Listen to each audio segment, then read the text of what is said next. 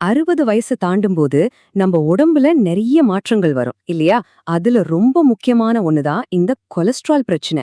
ஆனா கவலைப்படாதீங்க. ஒரே ஒரு சின்ன விதை, அதுக்கு பின்னாடி இருக்கிற அறிவியல் நம்மளோட இந்த கவலையே எப்படி மாத்தப் போகுதுன்னு தான் நாம இப்போ ஆழமா பார்க்க போறோம். உங்களோட மெடிக்கல் ரிப்போர்ட்ல எப்பவாச்சும் இந்த ஒரு வரிய பார்த்திருக்கீங்களா?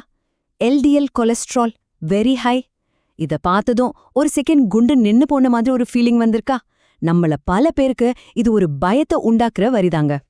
ஏன்னா உண்மை என்னன்னா இது வெறும் நம்பர் கிடையாது. இந்த ஒரு வரிக்கு பின்னாடி ஒரு பெரிய கதை இருக்கு.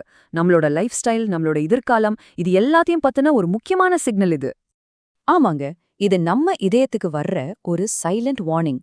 அதாவது ஒரு அமைதியான எச்சரிக்கை மணி. ரத்த குழாய்கள்ல கெட்ட கொழுப்பு சேர ஆரம்பிச்சிருச்சு, இத கவனிக்காம விட்டா பெரிய பிரச்சனைகள் வரலான்னு நம்ம உடம்பு நமக்கு சொல்ற ஒரு முதல் அறிகுறி இதுதான். சரி, எல்லாருக்கும் ஒரு கேள்வி வரும். ஏன் குறிப்பா 60 வயசுக்கு மேல இந்த கொலஸ்ட்ரால் பிரச்சனை அதிகமாகுது? இதுக்கு பின்னாடி இருக்கிற நம்ம உடலியல் காரணங்கள் என்னன்னு கொஞ்சம் விளக்கமா பார்க்கலாம் வாங்க. யோசிச்சு பாருங்க, நம்ம வயசு ஏற ஏற நம்ம உடம்போட என்ஜின் மாதிரி இருக்கிற மெட்டபாலிசம் கொஞ்சம் ஸ்லோ ஆகும். ஹார்மோன்கள்ல சில மாற்றங்கள் வரும். இதனால என்ன ஆகுதுன்னா, நம்ம சாப்பிடுற சாப்பாட்டுல இருக்கிற கொழுப்பை உடைச்சு உடம்ப விட்டு வெளியேற்றுற வேகம் குறையுது. இதோட நேரடியான விளைவு தான் அந்த கெட்ட கொழுப்பு, அதாவது எல்டிஎல், நம்ம ரத்த நாளங்கள்ல கொஞ்சம் கொஞ்சமா படிய ஆரம்பிக்கிறது. அப்போ முக்கியமான கேள்வி இதுதான். இதுக்காக மாத்திரை மருந்துகளை மட்டும் நம்பி இல்லாம இயற்கையான முறையில நம்ம உணவு பழக்கத்திலேயே இதை சரி பண்ண முடியுமா?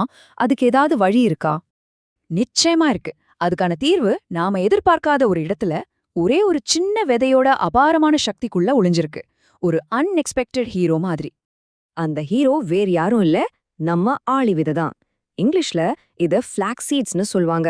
உடனே இது ஏதோ பாட்டி வைத்தியம்னு நினைச்சிடாதீங்க.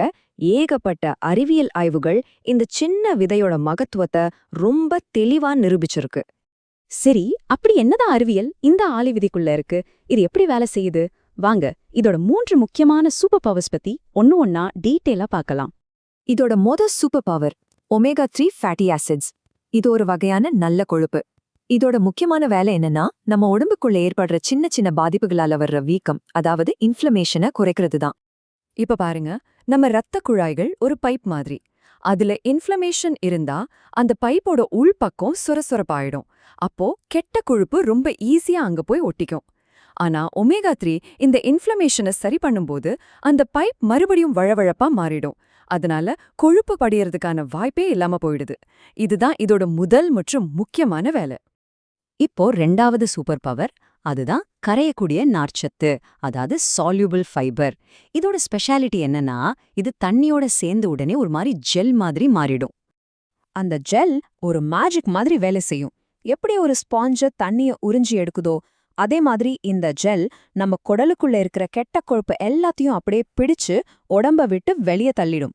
யோசிச்சு பாருங்க, நம்ம உடம்புக்குள்ளேயே ஒரு நேச்சுரல் கிளீனிங் சிஸ்டம் மாதிரி. எவ்வளவு அற்புதமான ஒரு விஷயம் இல்லையா? சரி, இதோட 3வது ரொம்பவே ஸ்பெஷலான ஒரு சூப்பர் பவர் தான் லிக்னன்ஸ். இது ஒரு பவர்ஃபுல்லான ஆன்டி ஆக்சிடென்ட். இதோட தனித்தன்மை என்னன்னா, இது நம்ம உடம்புல ஹார்மோன்ஸை பேலன்ஸ் பண்ண ரொம்பவே உதவுது. ஞாபகம் இருக்கா, நாம ஆரம்பத்துல பேசணும்ல, வயசாகும்போது வர்ற ஹார்மோன் மாற்றங்களால கொழுப்பு சேமிப்பு அதிகமாகும்னு. இந்த லிக்னன்கள் கரெக்டா அந்த மாற்றங்களை எதிர்த்து போராடி கொழுப்பு சேர்றத கட்டுப்படுத்துது. அதாவது இது பிரச்சனைய மேலோட்டமா சரி பண்ணாம அதோட மூல காரணத்தையே சரி பண்ணுது. இதுக்கெல்லாம் ஆதாரம் இருக்கான்னு கேட்டா இதோ பாருங்க. இது ஒரு மருத்துவ ஆய்வோட உண்மையான ரிசல்ட்.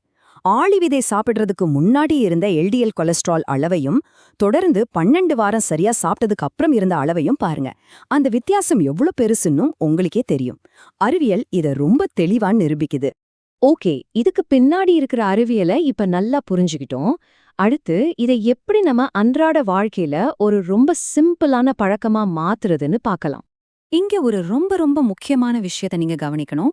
ஆளி விதைய முழுசா சாப்பிட்டா எந்த பிரயோஜனமும் கிடையாது. அது நம்ம உடம்புல ஜீரணமாகாம அப்படியே வெளியே போயிடும். அது நல்லா மிக்சியில போட்டு அரைச்சு பவுடர் ஆக்கலாம் மட்டும்தான் நாம இவ்ளோ நேரம் பேசின அத்தனை சத்துக்களும் நம்ம உடம்புக்கு கிடைக்கும். தினமும் 1 டீஸ்பூன்ல ஆரம்பிங்க, போதும். அதை தண்ணியில, மோர்ல, இல்ல நீங்க சாப்பிடுற கூழ், சாலட், தோசை மாவுல கூட கலந்து சாப்பிடலாம்.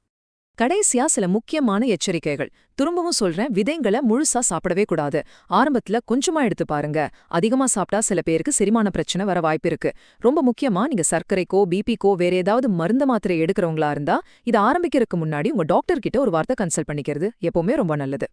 நம்ம வாழ்க்கையில நாம செய்யற ஒரு சின்ன மாற்றம் நம்ம ஆரோக்கியத்துல ஒரு மிகப்பெரிய நல்ல மாற்றத்தை உருவாக்கும்.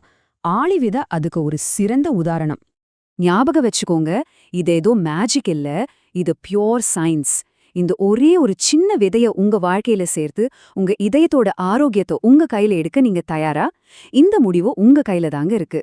யோசிச்சு பாருங்க.